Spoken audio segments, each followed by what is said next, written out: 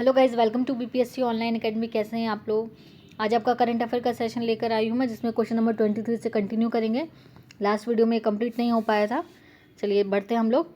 United nation यानी संयुक्त राष्ट्र जनसंख्या कोष की state of world population report के अनुसार भारत की जनसंख्या कितनी हो गई, तो 142.86 करोड़ हो गई है। अब हम लोग क्या आते हैं, नंबर 1 पे आते हैं और चाइना जो है सेकंड नंबर पे आता है। इम्पॉर्टेंट डेटा है वो देख लेते हैं। भारत की आबादी दोगुना होने में कितना समय लगेगा, तो 75 साल लगेंगे। और विश्व की आबादी दोगुना होने में कितना 76 वर्ष लगेंगे। और 2050 तक 8 देशों में दुनिया की 50% आबादी होगी। ये सारे देश है, इसमें भारत पाकिस्तान तो शामिल है। ठीक है। वर्किंग पॉपुलेशन भारत में कितनी है, तो ये 68%। और चाइना में कितनी है, तो 69% है। और डिपेंडेंट पॉपुलेशन की बात करें यानी 65+ जो पॉपुलेशन है वो भारत में 7% है और चाइना में 14% है। देखिए चाइना में 14% है, बाकी ये डेटा इतना इंपॉर्टेंट नहीं है। प्रजनन देखेंगे फर्टिलिटी रेट कितनी है हमारे भारत में, तो 2% है। चाइना में 1.2% है। ये डेटा इंपॉर्टेंट है, ठीक है, फर्टिलिटी रेट वाला। वैश्विक आतंकवाद सूचकांक 2023 में भारत को कौन सी रैंक प्रदान की गई है, तो 13वीं रैंक प्रदान की गई है। और टोटल कितने देश है, तो 163 देश है। और देखेंगे इसमें अप्रभावित देश कौन से है, तो चाइना, भूटान, सिंगापुर, कुवैत। ये देश जो है वो बिल्कुल भी टेररिज्म से क्या है मतलब टच नहीं है। यहाँ पे कोई प्रभाव नहीं है टेररिज्म का। हमारे लिए इंपॉर्टेंट डेटा क्या है ना, टॉप 5 देखेंगे। Afghanistan, Burkina Faso, Somalia, Mali and Syria. और ब्रिक्स की बात करें तो ब्रिक्स के 5 की रैंकिंग याद होनी चाहिए। ब्राज़ील 85 पर है आउट ऑफ 163, ध्यान रखना ये भी, ठीक है। रूस 45 पे, इंडिया 13 पे है, चाइना 93 पर है और दक्षिण अफ्रीका 79 पे। यानी कि भारत में जो है सबसे, ब्रिक्स में बात करें तो सबसे ज़्यादा प्रभावी टेररिज्म से कौन है, इंडिया है। उसके बाद कौन है, रशिया है। बस ये 2 चीज़ें याद रखेंगे।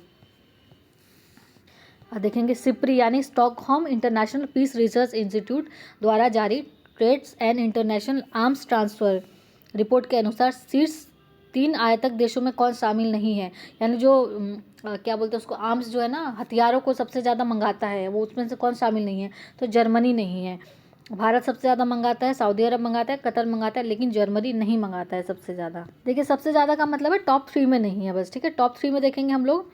निर्यात सबसे ज़्यादा कौन करता है, निर्यात यानी एक्सपोर्ट सबसे ज़्यादा कौन करता है, ये इंपॉर्टेंट है। एक्सपोर्ट सबसे ज़्यादा कौन करता है, ये 5 साल की रिपोर्ट है, ठीक है।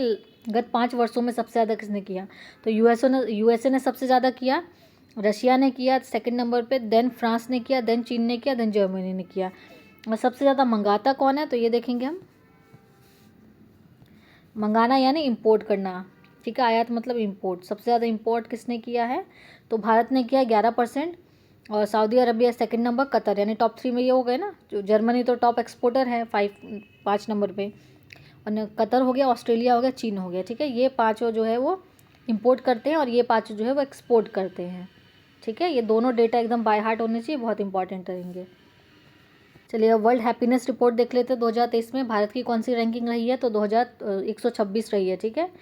126 रही है। और इसको कौन जारी करता है, तो UN sustainable development solution network करता है। और टोटल कंट्रीज़ कितनी है, तो 137 कंट्रीज इसमें शामिल। नंबर टॉप पे कौन है, 3 कंट्री रहती है अपने इसमें, ऐसे याद रखेंगे। FDI, Finland, Denmark and Iceland. अंतिम में कौन है, अफगानिस्तान, लेबनान और सीरिया, ठीक है। अफगानिस्तान सबसे लास्ट में, सेकंड लास्ट पे लेबनान है, उससे नीचे सियरा लियोन। इसकी कैपिटल देखेंगे इन दोनों की क्या है कैपिटल, और कमेंट सेक्शन में बताएंगे। भारत की रैंकिंग 126 है, ठीक है। पिछले वर्ष 136 थी, ठीक है, यानी इंप्रूव हुई है। भारत के पड़ोसी देश की रैंकिंग देखेंगे। चाइना 64 पर है, श्रीलंका 112 पर है, जिसमें करप्ट हो मतलब पूरी तरीके से बर्बाद हो चुका है, वहाँ पे 112 है। और पाकिस्तान में 108 है और हमारी 126 है। नेपाल में कितनी है, 78 है। बांग्लादेश में 118 है। चलिए आगे बढ़ते हैं। नेक्स्ट देखेंगे फरवरी 2023 में जारी लेगाटम समृद्धि सूचकांक प्रॉस्पेरिटी इंडेक्स 2023 के अनुसार शीर्ष स्थान पर कौन रहा है। प्रॉस्पेरिटी की बात करें तो डेनमार्क रहा है। समृद्धि की बात हो रही है, डेनमार्क सबसे टॉप पे रहा है। चलिए इसके बारे में कुछ देख लेते हैं। 167 देश इसमें शामिल है। कौन इसको जारी किया है, तो ये लेक्टम इंस्टीट्यूट ने ही किया है। ये क्या है, एनजीओ है, अंतर्राष्ट्रीय गैर संगठन है, यानी एनजीओ कह सकते हैं इसको। सर्वाधिक समृद्ध देश कौन सा है, पश्चिमी यूरोप, ठीक है। डेनमार्क हो गया, स्वीडन हो गया, नॉर्वे, फिनलैंड, स्विट्जरलैंड, ये सबसे क्या है, समृद्ध देश है। समृद्ध इन द सेंस पैसे के मामले में, खुशियों के मामले में, करप्शन फ्री के मामले में, और हर चीज़ के मामले में अच्छा देश है। सब रैंकिंग में ज़्यादातर यही लोग क्या करते हैं, टॉप करते हैं, ये आपने देखी होगी। अंतिम स्थान पर कौन है, तो दक्षिण सूडान यानी साउथ सूडान है। भारत की रैंक हमने देख ली है, और दूसरी टॉप 1-2 देख लिए हमने, और क्या लास्ट देख ली, यही तीनों चीज़ें इंपॉर्टेंट है, मैंने आपको लास्ट टाइम बताया था। और ये किसने जारी किया, ये इंपॉर्टेंट है रैंकिंग में। चलिए अब आगे देखेंगे हम लोग। आगे देखेंगे अंतर्राष्ट्रीय इंटरनेशनल इंटेलेक्चुअल प्रॉपर्टी इंडेक्स में भारत का कौन सा स्थान रहा है, 2023 का है ये, 42 रैंक रही है, ठीक है। और जारी कौन करता है, तो यूएस चैम्बर ऑफ कॉमर्स से संबद्ध ग्लोबल इनोवेशन पॉलिसी सेंटर करता है, ठीक है। और इसमें विश्व की 55 अर्थव्यवस्था शामिल है, यानी इंक्लूडिंग इंडिया। 55 में कहते आए हैं, 42 नंबर पे इंडिया आया है। सबसे नंबर 1 पे कौन है, तो यूएसए रहा है, उसके बाद यूनाइटेड किंगडम रहा है। नंबर 1 पे यूएसए, देन यूके, और थर्ड नंबर पे फ्रांस रहा है। 55 अंतिम नंबर पे वेनेजुएला रहा है, उसके बाद रूस रहा है, देन अल्जीरिया रहा है, ठीक है। आगे देखेंगे करप्शन परसेप्शन इंडेक्स 2022 की बात हो रही है, 2023 में आया था ये। डेट और ईयर ज़रूर याद रखेंगे, 2022 का जो 2023 में आया है, ठीक है। इसमें कौन शामिल नहीं है, टॉप 5 में कौन शामिल नहीं है, इसे ये पूछ रहा है, ठीक है। मतलब टॉप 3 है ना, टॉप 3 में कौन शामिल नहीं है, तो दक्षिण अफ्रीका शामिल नहीं है, तो ऑप्शन से ही आप बता देंगे। देखिए भारत की रैंकिंग क्या है, 85 है, ठीक है, आउट ऑफ 180 कंट्रीज़। और इसको जारी कौन करता है, तो ट्रांसपेरेंसी इंटरनेशनल करता है। 2021 में भी जो रैंकिंग थी भारत की, वो 85 ही थी, कोई चेंजेस नहीं आए हैं। जो इंपॉर्टेंट डेटा है, सबसे कम भ्रष्टाचार वाले देश Denmark, Finland, New Zealand, Norway, Singapore. सब सर्वाधिक वाले कौन से हो गए, सोमालिया, सीरिया एंड दक्षिण सूडान। ये क्या है, सबसे ज़्यादा भ्रष्ट देश में आते हैं। आगे देखते हैं हम लोग। 1 जनवरी 2024 से ब्रिक्स की सदस्यता संख्या 5 से बढ़कर 10 हो गई है। नए नए शामिल देशों में कौन शामिल नहीं है, अर्जेंटीना शामिल नहीं है। देख लेते हैं कौन नए नए शामिल हुए हैं।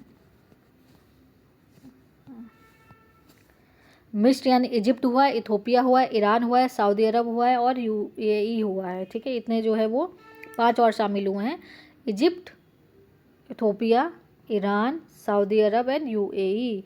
ये नाम को कोई शॉर्ट ट्रिक बना के आप लोग याद कर लेंगे, बहुत इंपॉर्टेंट रहेगा। इसी तरह पूछ लेगा कौन नहीं है, ठीक है।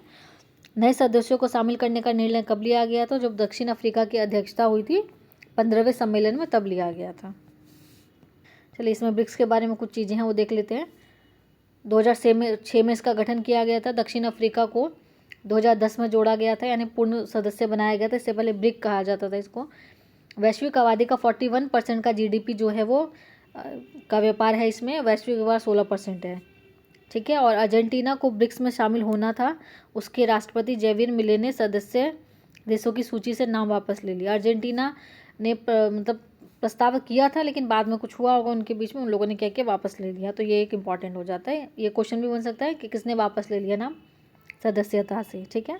चलिए, या ये भी पूछ सकते हैं कि राष्ट्रपति कौन ने वहाँ के, तो जेवियर मिले। ये दोनों चीज़ें याद रखेंगे। आगे देखते हैं। हाल ही में चर्चा में रहा अबू धाबी का अबू मुरीखा क्षेत्र संबंधित है तो हिंदू मंदिर निर्माण के लिए। अबू मुरीखा, ठीक है, हिंदू मंदिर निर्माण के लिए। अबू धाबी में पहले हिंदू मंदिर का उद्घाटन होगा, संभावित है ये कब, 14 फरवरी 2024 को। मंदिर को निर्माण कौन करे, तो बोचास निवासी श्री अक्षर पुरुषोत्तम स्वामी नारायण संस्था, बाप्स जिसको शॉर्ट फॉर्म में कहा जाता है, ठीक है। इसको उद्घाटन, मंदिर परियोजना का उद्घाटन, यानी परियोजना का उद्घाटन हुआ था 2018 में नरेंद्र मोदी जी द्वारा। ये कहाँ पे, यूएई में है, ठीक है। अबू मुरीख, अबू धाबी, यूएई। चलिए आगे देखेंगे इसके बारे में। कौन से भगवान का मंदिर है, ये भी कमेंट सेक्शन में आप लोग चेक करके बताइएगा। और मंदिर का विस्तार कितना है, तो 5.4 हेक्टेयर है। लगभग 700 करोड़ रुपए इसमें खर्चा आएगा। और ये किससे बनेगा, तो गुलाबी बलुआ पत्थर, संगमरमर और ईंट से बनाया जाएगा, ठीक है। दिसंबर 2023 में अंतर्राष्ट्रीय समुद्री संगठन यानी आईएमओ परिषद के लिए हुए चुनाव में कौन देश पुनः चुना गया है, तो भारत जो है वो इसकी अध्यक्षता दोबारा से करेगा, ठीक है। ये इसका परिषद के लिए चुनाव में कौन सा पुनः चुना गया, हाँ, अध्यक्षता के लिए। चलिए आगे देखेंगे। इसमें बाकी इंपॉर्टेंट चीज़ें नहीं है, बस इसका आईएमओ का हेडक्वार्टर कहाँ है ये देख लेंगे। और कमेंट सेक्शन में बता दीजिएगा आप लोग देख के। ये देखिए यहाँ लिखा ही हुआ है, 17 मार्च 1948 में हुआ था जिनेवा सम्मेलन के दौरान, ठीक है। और बाकी इसमें कुछ इंपॉर्टेंट नहीं है। 24-25 के लिए क्या है, 2 वर्ष के लिए। इसकी जो अध्यक्षता होती है वो 2 साल के लिए होती है, ये देखनी इंपॉर्टेंट है। चलिए आगे देखते हैं। दिसंबर 2023 में भारत सरकार ने किस बैंक के साथ उत्तराखंड में विद्युत आपूर्ति की गुणवत्ता, दक्षता और विश्वसनीयता में सुधार के लिए 200 मिलियन अमेरिकी डॉलर का ऋण संबंधी समझौता किया, तो एशियन डेवलपमेंट विकास के साथ किया उत्तराखंड के लिए, ठीक है। चलिए आगे देखते हैं। चलिए इसमें ज़्यादा कुछ खास नहीं, नेक्स्ट देखेंगे हम लोग। दिसंबर 2023 में किस देश ने तेल उत्पादन कोटा पर असहमति के कारण ओपेक देश की सदस्यता को छोड़ने का फैसला किया है? तो अंगोला ने किया है। ठीक है, अंगोला ने क्या किया, ओपेक से अपने आप को वापस ले लिया है। शामिल कब हुआ था ओपेक में? तो 2007 में शामिल हुआ। तो 16 साल बाद अंगोला ने ओपेक की सदस्यता छोड़ने की घोषणा की। इससे पहले इक्वाडोर, इंडोनेशिया और कतर ने भी ओपेक की सदस्यता छोड़ी है। ठीक है, क्यों विवाद हुआ? तो तेल उत्पादन कोटा पर विवाद के कारण। ठीक है, अंगोला कब छोड़ी है? 2023 में जो छोड़ी है इसको। ठीक है, ओपेक की स्थापना कब की गई थी? तो 1960 में की गई थी। मुख्यालय कहाँ है? वियना, ऑस्ट्रिया में है। अंगोला के ओपेक छोड़ने के बाद ओपेक में सदस्यों की संख्या 12 ही बची है। ठीक है, 12 हो गई है।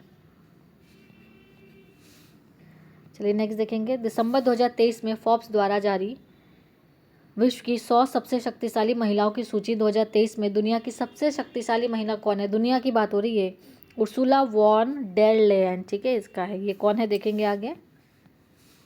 ये यूरोपियन यूनियन की क्या है? अध्यक्ष है। ठीक है, सेकंड नंबर पे क्रिस्टीना लेगार्ड जो कि यूरोपियन सेंट्रल बैंक की अध्यक्ष है। कमला हैरिस उपराष्ट्रपति, और जॉर्जिया मेलोनी प्रधानमंत्री हैं इटली की। टेलर स्विफ्ट संगीतकार है यूएसए की। अगर हम भारत से देखेंगे तो हमारी जो निर्मला सीतारमन जी है वो 32वें नंबर पे आती हैं। हमारे लिए इंडिया वाले इंपॉर्टेंट है। वित्त मंत्री निर्मला सीतारमन जी 32 नंबर पे आती हैं। HCL कॉर्पोरेशन की CEO रोशनी नादर मल्होत्रा 60 नंबर पे आती हैं। देन सेल की जो चेयरमैन है सोमा मंडल वो 70 नंबर पे आती हैं। बायकॉन की संस्थापक किरण मजूमदार शाह 76 नंबर पे आती है। तो ये सारे के सारे नाम और इनकी जो रैंकिंग है वो बहुत इंपॉर्टेंट है, सारे ध्यान रखेंगे, और किस ऑर्गेनाइजेशन से रिलेटेड है वो भी याद रखेंगे। नेक्स्ट देखेंगे। दिसंबर 2023 में टाइम पत्रिका ने किसे पर्सन ऑफ द ईयर घोषित किया है? तो टेलर स्विफ्ट को किया है। ठीक है, टेलर स्विफ्ट कौन है? तो अमेरिका के संगीतकार हैं और गायक हैं। और एथलीट ऑफ द ईयर की बात करेंगे तो लियोनेल मेसी जो कि अर्जेंटीना के फुटबॉल खिलाड़ी हैं। CEO of the year Sam Altman open AI जो के CEO हैं। और breakthrough of the year Alex Neville अमेरिकी अभिनेत्री एवं गायिका। ये सारे नाम बहुत इंपॉर्टेंट है, सारे डेटा को याद रखनी है। चलिए, याद करने के अलावा तो इसमें कोई ऑप्शन है ही नहीं। ये सारे क्वेश्चन BPSC में भी पूछे जा सकते हैं, तो इसको हल्के में नहीं लीजिएगा। करेंट अफेयर बहुत इंपॉर्टेंट रोल प्ले करता है BPSC के सिलेक्शन में, इन और आउट में। दिसंबर 2023 में किस देश ने भारत की सीमा पर एक अंतर्राष्ट्रीय शहर बनाने की घोषणा की है? तो भूटान ने की है। किस पे? भारत की सीमा पर बात हो रही है। ठीक है, भूटान राजा जिग्मे खेसर नामग्याल वांगचुक द्वारा ये घोषणा की है। चलिए आगे देखते हैं इसके बारे में।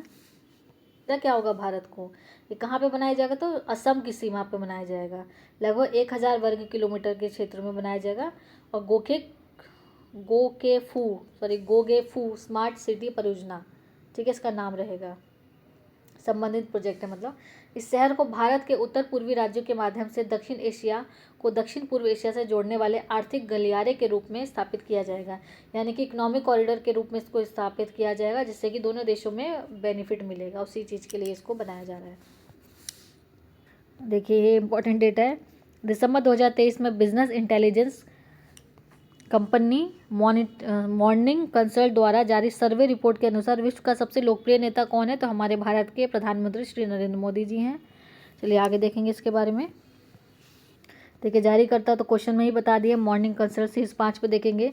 भारत के प्रधानमंत्री है नरेंद्र मोदी जी। 76% लोग द्वारा पसंद किए जाते हैं।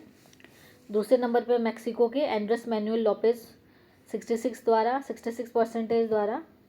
और राष्ट्रपति एलन बेसेंट स्विट्ज़रलैंड के 58%। टॉप 3 याद रखेंगे, ज़्यादा ज़रूरत नहीं है याद रखने की। ठीक है, सबसे नापसंदीदा याद भी पता होना चाहिए था इसमें, है ना। सबसे लोकप्रिय पूछा तो सबसे नापसंदीदा भी पूछना चाहिए था। चलिए कोई बात नहीं। नवंबर 2023 में क्रिस्टोफर मार्क लक्सन किस देश के प्रधानमंत्री का पदभार संभालेंगे? तो न्यूजीलैंड के बने हैं, ये नाम याद रखेंगे। नेशनल पार्टी के, पार्टी भी याद रखेंगे। BPSC का ट्रेंड है, पार्टी पूछती है। देखिए ये जो टेबल है ये इंपॉर्टेंट है, क्योंकि इसमें क्या है, जो नए नए बने हैं उनके बारे में दिया गया है, तो ये ध्यान रखेंगे। BPSC तक इंपॉर्टेंट रहेगा। ठीक है, बेंजामिन नेतन्याहू 3 बार बने हैं। पेरू की सबसे पहली प्रधानमंत्री बनी है। ये दोनों इंपॉर्टेंट है क्योंकि पहली बार ही है। ये गिनी की पहली महिला प्रधानमंत्री है, मैनुएला रोकोबेटा। और डिला बोलियोट पेरू की पहली प्रधानमंत्री। तो दोनों का आप याद रखेंगे। ठीक है, कि दोनों पहली बार है तो इम्पॉर्टेंट है। चलिए आगे देखेंगे। इसमें एक और फैक्ट दिया हुआ है, गैब्रियल एटलस 34 वर्षीय गैब्रियल फ्रांस के सबसे कम उम्र के प्रधानमंत्री तथा फ्रांस के पहले समलैंगिक प्रधानमंत्री है। ठीक है, समलैंगिक प्रधानमंत्री और सबसे कम उम्र के हैं गैब्रियल एटलस, ये भी ध्यान रखेंगे और ये भी चीज़ें याद रखिए। शेख हसीना 5वीं बार बनी है। ठीक है, इसको एक बार देख लीजिएगा। नवंबर 2023 में यूरोप में पारंपरिक सशस्त्र बलों की संधि यानी CFE संधि में कौन सा देश बाहर हो गया है, तो रूस बाहर हो गया है। और ये क्या है, treaty on conventional armed force, इसकी फुल फॉर्म है treaty on conventional armed force से बाहर हो चुका है। ये कब साइन की गई थी, तो 19 नवंबर 1990 में साइन की गई थी। देखिए इंपॉर्टेंट है क्योंकि रशिया का है, रशिया भी न्यूज़ में वैसे ही चल रहा है। साइन की गई थी 19 नवंबर 1990 में पेरिस में, लेकिन लागू कब हुई, 9 नवंबर 1992 में। ठीक है, ये सारी चीज़ें। इसका उद्देश्य क्या है, शीत युद्ध यानी कोल्ड वार के प्रतिद्वंदियों को आपसी सीमाओं पर या उसके निकट सेना एकत्र करने से रोकना। ठीक है, कोल्ड वार की स्थिति में। लेकिन अभी यूक्रेन और रशिया तो पूरी तरीके से खुले तरीके से लड़ाई करे, तो उनको कोई फ़र्क ही नहीं पड़ा इन सब चीज़ों से। बाहर हो गया और ये क्या थी, कानूनी रूप से बाध्यकारी अंतर्राष्ट्रीय संधि थी। इससे बाहर हो गया तो उनको कोई फर्क नहीं पड़ेगा। यह उन राष्ट्रों द्वारा संपन्न किया गया जो उस समय नाटो या वार्साई संधि के सदस्य थे। ठीक है, ये इंपॉर्टेंट चीज़ें ध्यान रखेंगे। नेक्स्ट देख लेते हैं, 8वां अजूबा किसे घोषित किया गया है, अंगोर वाट का मंदिर जो कि इंडोनेशिया कंबोडिया में है। ठीक है, और किसको हराया, तो इटली के पोम्पेई को। देखिए इटली के पोम्पेई को हराया है। आज का लास्ट क्वेश्चन है, इसको एक बार देख लेते हैं। कहाँ पर है, तो उत्तरी प्रांत सिएम रीप में स्थित है, कंबोडिया की। ठीक है, 8वां अजूबा बन गया है। अनूठी वास्तुकला है, यूनेस्को वर्ल्ड हेरिटेज साइट में आया था 1992 में, इंपॉर्टेंट है। और किसने बनवाया था, तो 12वीं शताब्दी के खमेर वंश के राजा सूर्यवर्मन द्वितीय ने बनाया था। हिंदू भगवान विष्णु का ये मंदिर है, लगभग 500 एकड़ क्षेत्र में बना है और वर्ल्ड का सबसे बड़ा मंदिर माना जाता है। ठीक है, ये रिकॉर्ड है गिनीज वर्ल्ड में, इसका वर्ल्ड का सबसे बड़ा हिंदू मंदिर है ये भगवान विष्णु का। तो चलिए मिलेंगे हम लोग नेक्स्ट वीडियो में। आज के लिए इतना ही रखते हैं, वीडियो थोड़ी लंबी हो गई है, 17 मिनट की हो गई है। तो मिलेंगे नेक्स्ट वीडियो में। Thank you for watching BPSC online academy.